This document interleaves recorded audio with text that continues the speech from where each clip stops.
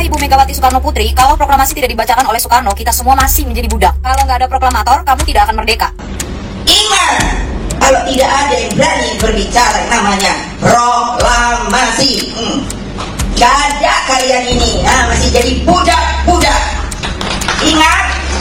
Ingat Bu, peristiwa Rengas Dengklok. Kalimat itu, video itu keluar dari mulut Presiden kelima Republik Indonesia, Ibu Megawati Soekarno Putri, yang juga salah satu putri dari Soekarno. Tapi emang semudah itu ya untuk kita memaknai sebuah kemerdekaan? Apakah bangsa kita ini, apakah Indonesia ini memang merdeka hanya karena satu orang? Coba ya kita flashback ke pelajaran sejarah ya. Soekarno dan Hatta itu adalah proklamator, betul, tapi pahami dulu konteksnya. Jangan lupa sama konteksnya. Kemerdekaan 17 Agustus tahun 1945 itu bukan momen bukan momen yang berdiri sendiri gitu. Tapi momen itu 17 Agustus 1945 itu adalah puncaknya gitu. Puncaknya setelah puluhan tahun rakyat-rakyat itu memperjuangkan hasil dari perlawanan puluhan tahun rakyat Indonesia dari Sabang sampai Merauke. Ada Pangeran Diponegoro, ada Imam Bonjol, ada Cut Nyak Dien yang bertempur puluhan tahun sebelum Soekarno lahir. Perang Diponegoro atau Perang Jawa merupakan perang besar dari tahun 1825 sampai 1830. Ada Budi Utomo, ada Serikat Islam, ada Muhammadiyah dan lain-lain. Dan tentunya para pemuda 1945 yang menculik Soekarno dan Hatta dalam dalam peristiwa Rengas Dengklok yang tadi gue bilang. Kenapa sih Soekarno sama Hatta itu sampai diculik Rengas Dengklok gitu loh? Karena pemuda 1945 itu melihat urgensi proklamasi. Jadi proklamasi itu bukan hadiah pribadi atau hadiah yang memang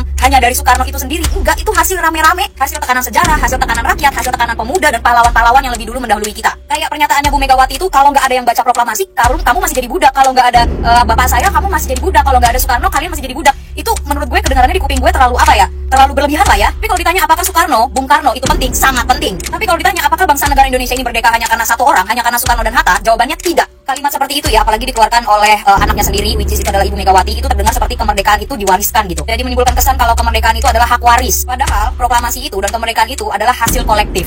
Narasi yang keluar dari mulut Ibu Mega tadi ya bisa jadi terkesan berbahaya sih. Kita semua rakyat Indonesia itu memang harus berhati-hati ya. Jangan sampai kemerdekaan itu dijadikan alat haus kekuasaan. Apalagi ketika sejarah itu dijadikan alat pembenaran kekuasaan. Takutnya yang terjadi adalah malah akan jadi pembusukan demokrasi secara halus, secara perlahan. Bayangkan ketika keturunan tokoh pahlawan Indonesia yang dulu memperjuangkan gitu ya. Keturunannya nih ya, ini ngomongin keturunannya ya.